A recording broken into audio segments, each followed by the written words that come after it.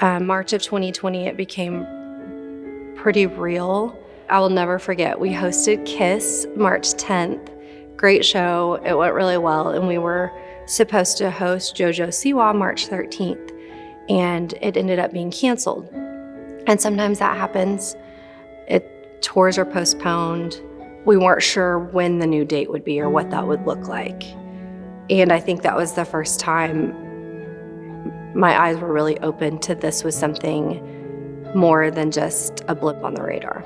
I was the associate director for the United Supermarkets Arena, and I planned all of our events and games and everything that was in the building. I was asked if I would be interested in serving as the COVID coordinator to kind of be a one point of information, helping to ensure that the correct information was given out. We were learning things, we Texas Tech were learning things as the CDC was learning things.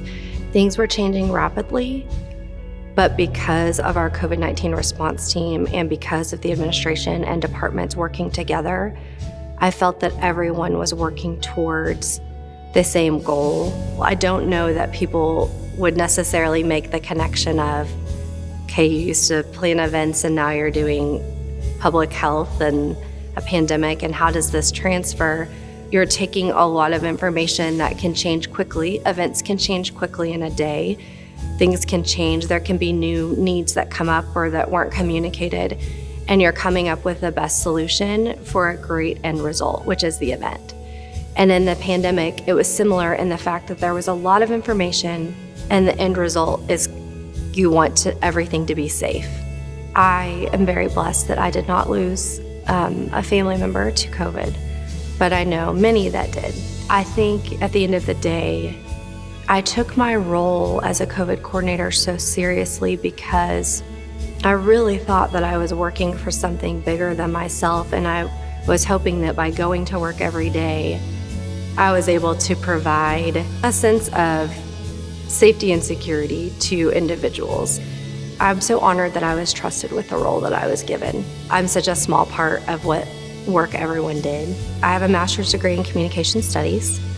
I'm incredibly passionate about the program and my degree because it's been instrumental in making me who I am today.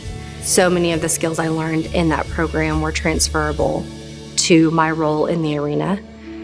Soft skills such as critical thinking, excellent oral and written communication skills, and being able to tailor my communication to the appropriate receiver. Planning events requires a great deal of detail. You have to be very detail-oriented. And when you change a detail or when a detail changes, you have to have the savvy to communicate that change.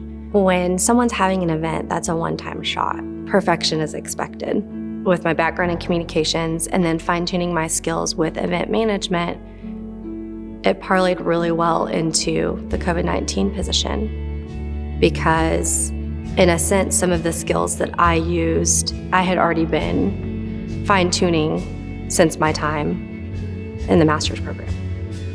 So I am remaining as the Associate Managing Director for Emergency Management.